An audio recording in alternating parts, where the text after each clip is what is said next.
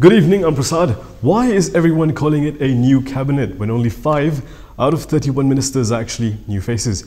In fact, Anwar Ibrahim is calling it a recycled cabinet. Prime Minister Ismail Sabri Yaakob's new cabinet lineup has not impressed opposition leader Anwar Ibrahim.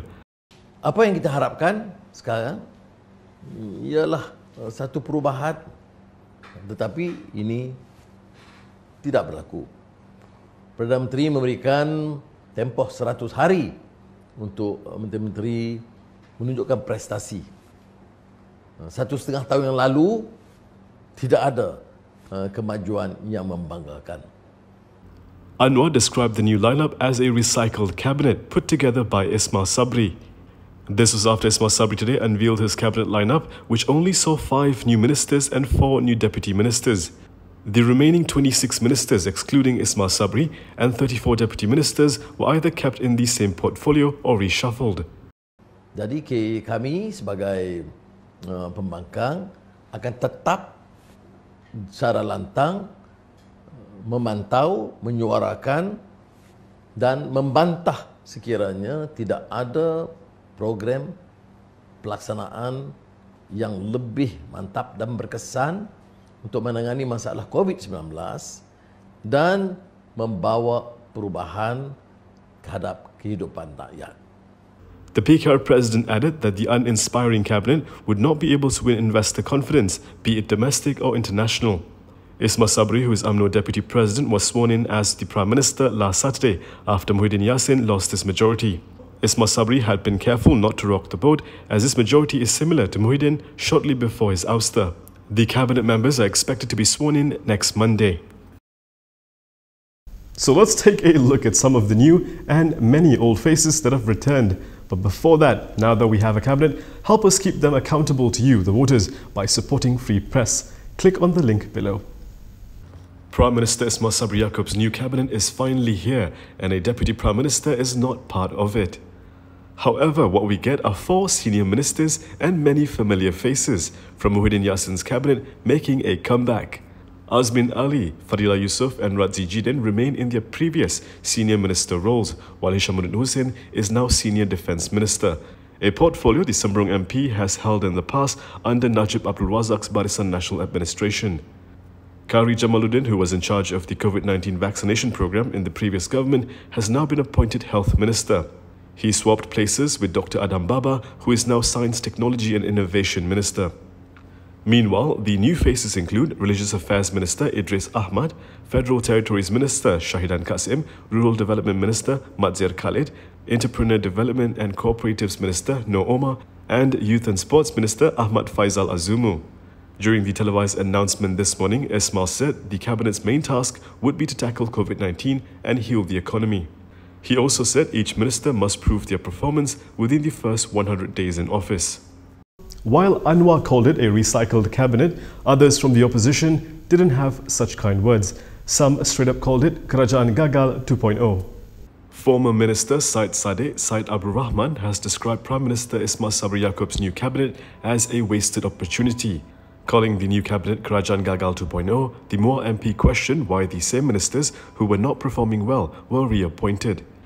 He elaborated that it was a waste of opportunity to appoint good individuals, naming outgoing Dewan Rakyat Deputy Speaker Azalina Othman Said and UMNO youth leaders Ashraf Wajdi Dusuki and Sharil Hamdan, among others. He added that it was as if Muhyiddin's government took leave for about 2 weeks before returning to duty. Segambut MP Anahir also questioned the omission of Azalina from the new cabinet. Meanwhile, DAP Secretary General Lim Guaneng said the announcement of the new cabinet with an almost identical lineup as the previous failed government has disappointed many who expected some fresh faces. He added that the return of the recycled cabinet of the previously failed PN government will put into doubt the commitment of the new Prime Minister. Also reacting to the new lineup, PSM Deputy Chairperson S. Aruchalvan said the new appointment was very anticlimactic. PKR Treasurer General Lee Chiang Chung made fun of the decision to move Dr. Adam Baba from the Health Minister post to the Science, Technology and Innovation Minister post. Lee tweeted how the former Health Minister had touted warm water as a treatment for COVID-19 and said that there were 500 countries in the world. Warisan Sebangga MP Aziz Jaman called the new cabinet a mere change of curtains in a room. adding that it was the same old Kerajaan gagal and that Malaysians can already guess who the biggest losers of the whole episode are. Now that we've got a cabinet with 5 new ministers, will this mean we'll also see changes in Parliament? Asar Azizan Harun said it is up to the Prime Minister to decide on his position as Dewan Rakyat Speaker. Utusan Malaysia quoted Asar as saying he will resume his duties as Speaker at the next Dewan Rakyat sitting on September 6 unless decided otherwise. He added that he became Speaker by virtue of the majority of the Dewan Rakyat and had carried out all his duties according to the standing orders and the Federal Constitution. Asar, who was appointed as Dewan Rakyat Speaker in July last year by former Premier Muhyiddin Yassin, also denied all allegations that he had acted unfairly towards any parties. The report came following the recent resignation of Pengerang MP Azalina Ohman Said as the Dewan Rakyat Deputy Speaker. Azalina had resigned on the 23rd of August, saying that she hoped her resignation could spur a reset of the upcoming Dewan Rakyat sitting. She also proposed that the government table a motion for the vacant Deputy Speaker seat to be filled by an opposition MP. Batu Pahat MP Muhammad Rashid Hasnun currently holds the other Dewan Rakyat Deputy Speaker position. Good Morning G-Sure is the first plant-based and complete nutrition drink made in Malaysia. It is suitable for those who are lactose intolerant. Research made by local universities found that more than 90% of our Malaysian population are lactose intolerant. Lactose intolerance can cause bloated stomach and diarrhea. Good Morning G-Sure helps to improve the immune system, reduce the risk of illnesses, and helps to improve general well-being and strengthen our bodies. A happy family starts with a healthy family. I'm still active, healthy, and going strong at the age of 52. It has to be Good Morning G-Sure. Ahmad Zahid Hamidi, who is standing trial for corruption, may soon be able to return to court. UMNO President Ahmad Zahid Hamidi, who injured his back last weekend, has been discharged from the hospital. In a Facebook post, Zahid thanked God and revealed that he has been discharged from the hospital yesterday after being treated for a slip disc. He also thanked all the doctors, nurses, and hospital staff who looked after him, as well as his visitors. Among those who have visited Zahid were Prime Minister Ismail Sabri Yaakob and former Prime Minister Najib Abdul Razak. Zahid also thanked the young Di-Pertuan Agong who had sent him a Get Well Soon card. Zahid's hospitalization had caused a delay in his corruption trial over the foreign visa system.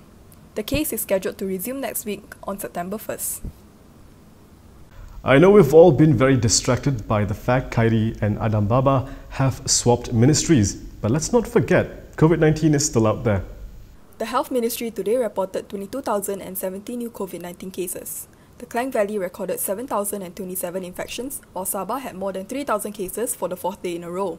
4-digit cases have also been reported in Sarawak, Kedah, Penang, Johor and Kelantan. Meanwhile, Perlis has hit a record high since the start of the pandemic with 76 infections. In a separate development, a video of a vaccination centre staff in Johor who cited Khairi Jamaluddin's resignation from the government to stop a man from recording his COVID-19 vaccination, a policy Khairi had introduced, went viral on Twitter. In response to the video, the newly appointed health minister responded with a one-liner signifying that he was back. Assalamualaikum, he tweeted.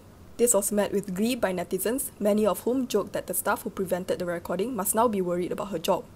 Last month, Khairi ordered all vaccination centres to reverse their no photo, no video rule following several claims that vaccine recipients were given blank shots.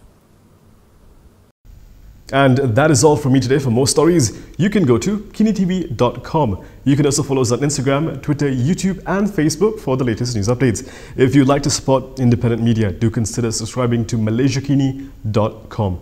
Thanks for watching. I'm Prasad.